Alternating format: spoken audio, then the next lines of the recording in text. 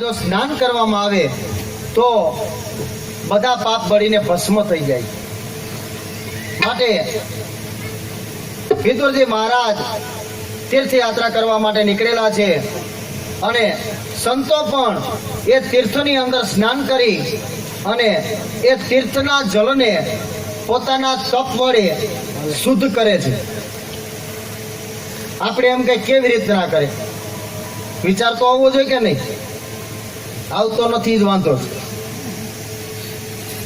શું કામ? તો કે સંતો આ ઘરનો ત્યાગ કરી અને સાધુ થયા હોય, એમને કઈ કરી લાલચ, એ ભગવાનનું ભજન કરે છે.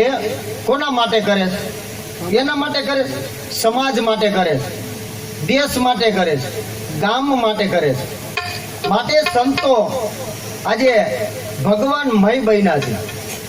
હવે એ સંતો ભગવાનનું ભજન કરે છે, સ્મરણ કરે છે, ભગવાનનું ધ્યાન કરે છે. એ સંતો આજે તીર્થયાત્રા કરવા માટે જાય, તીર્થમાં સ્નાન કરે. એટલે તીર્થમાં સ્નાન કરવાથી શું મહત્વ?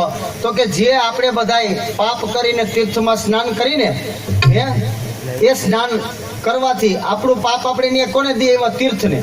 હવે તીર્થને પાપમાંથી મુક્ત તો કરવા માટે કોક જોઈને, એટલે સંતો તીર્થમાં સ્નાન કરે એટલે પાપ છે એ બળીને ભસ્મ થઈ જાય.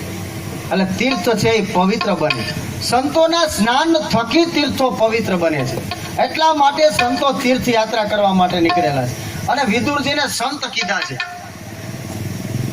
આજે વિદુરજી મહારાજ તીર્થયાત્રા કરવા માટે નીકળેલા છે અને ત્યારે સંતો પણ તીર્થની ભૂમિની અંદર સ્નાન કરી રહેલા છે.